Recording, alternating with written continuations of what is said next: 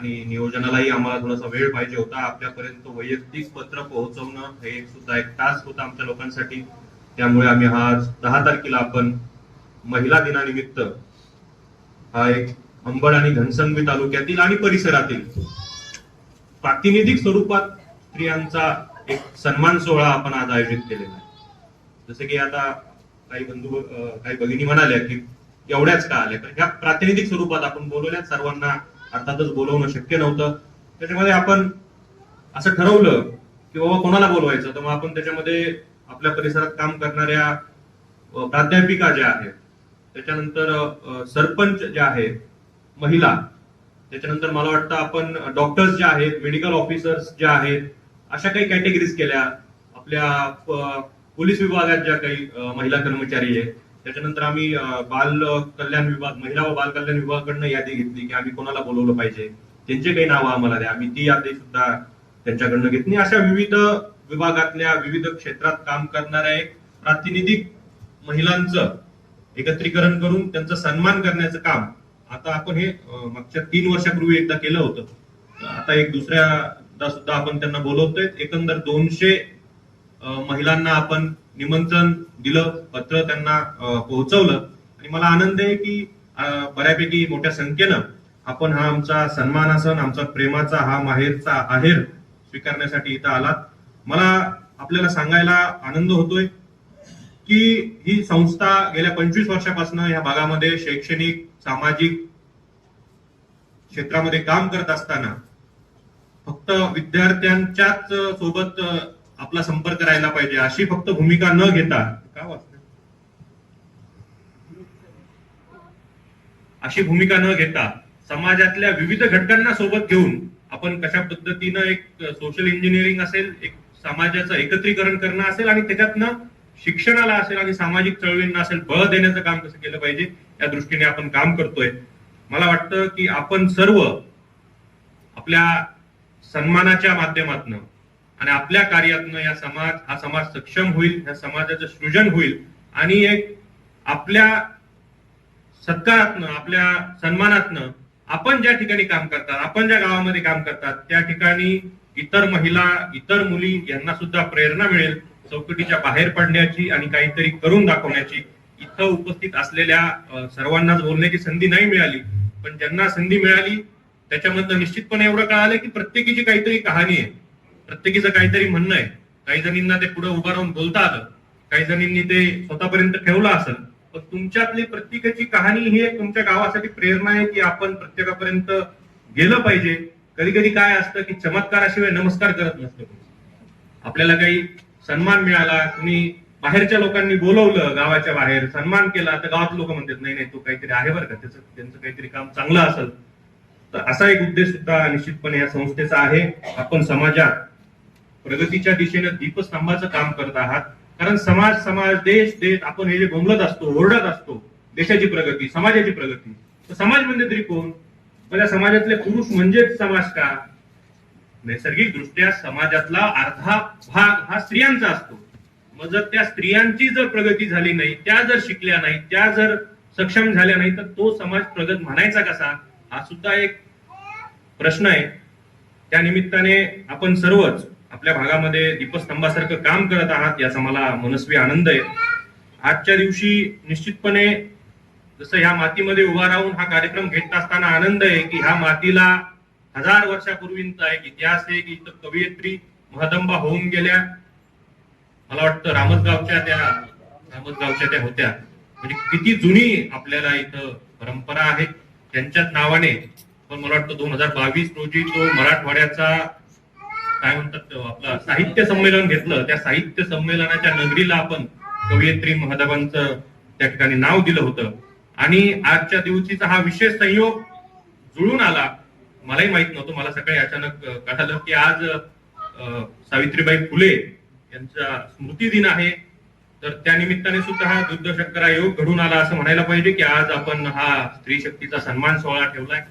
सावित्रीबाईचं स्मरण करत असताना निश्चितपणे जसं आपण सर्वांनी भावना व्यक्त केली की आमचा नवरा आमच्या पाठीमागे, आमच्या घरातला पुरुष आमच्या पाठीमागे उभा होता म्हणून आम्ही हे करू शकलो, तीच गोष्ट मला वाटतं सावित्रीमाईंच्या बाबतीत सुद्धा आहे की अशिक्षित आपल्या बायकोला ज्योतिबांनी समाजाच्या विरुद्ध तर जाऊन शिकवलंच, पण घरातून सुद्धा ज्योतिबांचे वडील असतील, त्यांची आई असतील, त्यांची भावकी असेल, त्यांचा सुद्धा विरोध होता की कशाला तुझ्या बायकोला शिकवतो, काय करायचं तुला बायकोला शिकवून.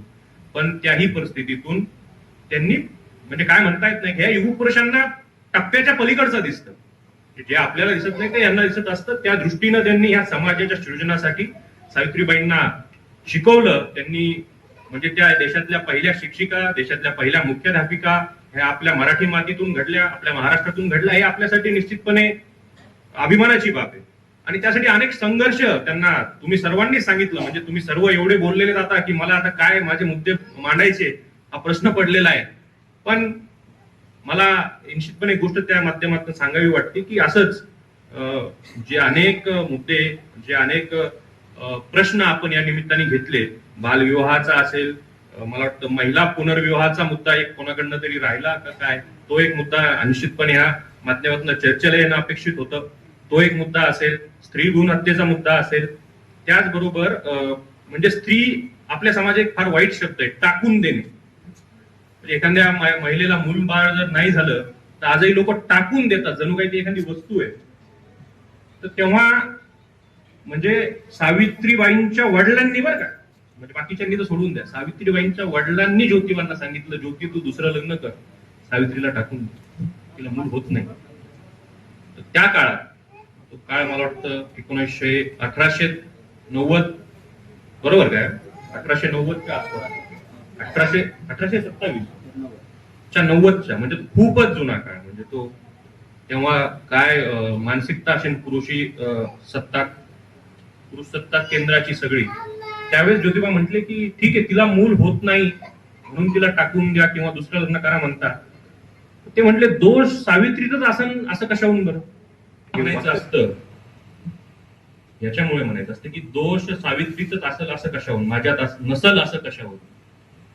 म्हणून ते तुकोबराय म्हणतात ना, बोले त्याचा चाले त्याची वंदावी पावले, म्हणून त्यांना महात्मा म्हणायचं असतं. आणि त्याही काळामध्ये त्यांनी म्हणजे ही जी सुरुवात आज आपण सर्व इथं बसला, ती मला वाटतं त्यांची देणगी. त्यांनी ही स्त्री शिक्षणाची या ठिकाणी सुरुवात केली. मला निश्चितपणे म्हणजे आपल्या संस्कृतीचं एक फार बोलकं उदाहरण ह्याच माध्यमातून सांगू इच्छितो. निपुत्रिकपणे म्हणजे बऱ्याचशा महिलांनी सांगितलं आपण चौकटीच्या बाहेर पडलं पाहिजे, आपल्याला लोक नाव ठेवतात. मला वाटतं महिलांच्या बाबतीत फार नाजूक मुद्दा असतो, एक तर चारित्र्य, दुसरा निपुत्रिकपणा. त्या फार नाजूक गोष्टी असतात आणि नेमका समाज किंवा नेमका काय जे म्हणजे पुरुषच म्हणून नाही, काही महिला सुद्धा त्याच्यात आघाडीवर असतात की नेमकं त्याच गोष्टीवर त्या आळा मारतात आणि त्या बाईला किंवा त्या कुटुंबाला एका प्रकारे मानसिक दृष्ट्या घायाळ करण्याचा प्रयत्न होतो. असंच एक अनाहूतपणे झाला असेल, पण एक प्रसंग मला आठवतो की कुठल्या तरी गोष्टीहून वाद झाला आणि आचार्य आत्रे, मला वाटतं ते माहित असतील आपल्या सर्वांना, त्यांनी यशवंतराव चव्हाण त्यावेळेस मुख्यमंत्री होते, त्यांच्यावर टीका केली की तुम्ही निपुत्रिक आहात. ते मुख्यमंत्री होते बरं का, आणि हे पत्रकार, दोघेही ज्येष्ठ होते, मोठ्या लोकांकडनं चुकाही मोठ्या होत असतात. पण यशवंतराव काही रिॲक्ट झाले नाही. वेणुताई त्यांच्या पत्नी होत्या, त्यांनी फक्त सकाळी दुसऱ्या दिवशी हा जेव्हा बातमी आली त्याच्या दुसऱ्या दिवशी त्या दिवशी दुपारी आचार्य आत्रेंना फोन केला आणि त्यांना सांगितलं की 1942च्या भारत छोडो आंदोलनात आंदोलन करत असताना ब्रिटिशांनी जो लाठीचार्ज केला आंदोलनावर, त्याच्यामध्ये वेणुताईंच्या ओटपोटीला मार लागला आणि त्याच्यामुळे माझी वेणू कधी आई होऊ शकत नाही. तर तुम्ही टीका अशा पद्धतीने तिच्यावर नव्हती करायला पाहिजे. सगळेच माणसं, तेही आचार्य आत्रेही मोठेच होते, त्यांनी दिलगिरी व्यक्त केली आणि फोनवर नाही तर दुसऱ्या दिवशी त्यांच्या वर्तमानपत्रात ती छापून आणली की मी जाहीर दिलगिरी व्यक्त करतो. पण एक समाजात वावरत असताना या गोष्टी खूप नाजूकपणे असतात.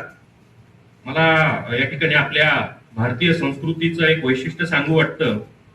मी मागच्याही वेळेस सांगितलं की जगात भारतीय संस्कृती ही अशी एकमेव संस्कृती आहे की ज्या ठिकाणी देव म्हणजे दैवी शक्ती जी आहे, ईश्वर हा तो आहेच आहे. पण या ठिकाणी ईश्वर ती सुद्धा आहे अशी एकमेव संस्कृती भारतीय संस्कृती. बाकी सर्व जगातल्या संस्कृतींचा अभ्यास जर आपण केला तर जवळजवळ सगळ्या संस्कृतींमध्ये ईश्वर तो आहे, तो पुरुष सत्ता आहे. अशा संस्कृतीचे आपण पायीक आहोत असं एकीकडे म्हणायचं, पण मला त्याच्यातला एक दंभपणा आपला असा सांगावा वाटतो की असंच एक धर्म संसद जी झाली अमेरिकेला, त्याच्यामध्ये आपल्या सर्वांना माहिती आहे स्वामी विवेकानंदांनी ती गाजवली. त्याच्यानंतर त्यांना अमेरिका भरातनं युरोप भरातनं निमंत्रण आली व्याख्यानासाठी, आणि अशाच एका व्याख्यानात स्वामीजी अमेरिकेच्या व्याख्यानाला उभा राहिले आणि खालून एक जण उठला आणि तो म्हटला की स्वामीजी, आम्ही असं ऐकतो की तुमच्या भारतामध्ये जिथला तुम्ही वेदांत सांगता, तिथली तुम्ही संस्कृतीची महानता सांगता, तिथनं तुम्ही हे सगळे विश्वची माझे घर अशी दवंडी पिटवत इथपर्यंत आलात. त्या भारतामध्ये आम्ही असं ऐकतो की महिलांना पुरुषांच्या समान स्थान नाहीये, हे खरंय? स्वामीजींनी त्याच्याकडे बघितलं आणि ते म्हटले हो खरंय. खालून असे शेम शेम निषेध निषेधच्या आवाजात स्वामीजींनी ते ऐकलं. स्वामीजी म्हटले की माझ्या भारतीय संस्कृतीमध्ये महिलांना निश्चितपणे पुरुषाच्या समान स्थान नाही, तर आमच्यामध्ये महिलांना पुरुषांच्याही वरचं स्थान, ही अशी आमची संस्कृती. तर त्या लोकांनी अशा टाळ्या वाजवल्या. पण विचार करा, हा आपला दंभ आहे. म्हणजे निश्चितपणे स्वामीजींना ते अभिप्रेत नव्हतं, ते जे काही त्यांच्या दृष्टीनं होतं त्या दृष्टीने त्यांनी वक्तव्य केलं असणार आहे. पण एकीकडं महिलांना पूजनीय म्हणायचं, त्यांची पूजा करायची, त्यांच्याशिवाय कुठलाही विधी अपूर्ण असतो आपल्या संस्कृतीमध्ये. पण दुसरीकडे त्याच समाजामध्ये सतीप्रथा होती, आता ती नाहीये. त्याच समाजामध्ये अजूनही स्त्री भ्रूण हत्या होती, त्याच समाजामध्ये अजूनही काय म्हणतात त्याला पुनर्विवाह करून दिला जात नाही बऱ्याच समाजांमध्ये. म्हणजे तिने अक्षरशः एकटं सडायचं, तिच्यावर कुठले म्हणजे असंख्य गोष्टी अशा, म्हणजे अशा कितीतरी समस्या आहेत. बालविवाह खूप महत्वाचा मुद्दा आहे. अशा सगळ्या गोष्टींवर प्रकाश टाकण्यासाठी, एक विवाहपोह करण्यासाठी आपण निश्चितपणे हा कार्यक्रम घेत असतो. मला वाटतं की अशा अनेक प्रसंग महिलांच्या बाबतीत सांगता येतील, पण आपण या सर्व प्रसंगातनं सुद्धा आणि घरातल्या कामातनं सुद्धा चौकटीच्या बाहेर येऊन घर सांभाळून सुद्धा एक कर्तृत्व निर्माण केलं. त्या कर्तृत्वाची दखल घेणं एक शिक्षण संस्था म्हणून, एक समाजाचा घटक म्हणून आमचं काम आहे. त्या निमित्तानं आम्ही आपल्याला बोलवलं, आपण वेळात वेळ काढून घरची कामं करून वेळेत इथं आलात आणि आम्हाला वेळ दिला, माझ्या विनंतीला मान दिला, त्याबद्दल मी खरंच आपल्या सर्वांचा खूप खूप आभार मानतो. आणि आपला फारसा वेळ घेत नाही, आपण सर्व आलात या माहेरपणासाठी. आपण आपल्या या अंबड घनसमीमध्ये खूप चांगल्या पद्धतीचं काम करता आहात. कधीही काम करत असताना अडचण आली तर निश्चितपणे इतर सर्व तर आपल्याला मदत करायला आहेतच, पण हा तुमचा भाऊ सुद्धा इथे उभा आहे. कधीही गरज लागली तर निश्चितपणे माझी यथाशक्ती मी आपल्यासोबत उभा राहील याची ग्वाही देतो, खात्री देतो आणि माझं भाषण थांबवतो. धन्यवाद.